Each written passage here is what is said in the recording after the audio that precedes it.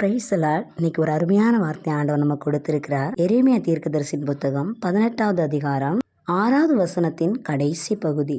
இஸ்ரவேல் வீட்டாரே, களிமண் குயவன் கையில் இருக்கிறது போல நீங்கள் என் கையில் இருக்கிறீர்கள். ஆமென். ஹல்லேலூயா. எரேமியா தீர்க்கதரிசனிடத்துல கர்த்தர் குயவன் வீட்டிற்கு போகும்படி சொல்லுகிறார். குயவன் வீட்டிற்கு எரேமியா போன உடனே அங்கு காட்சியை பார்க்கிறான்.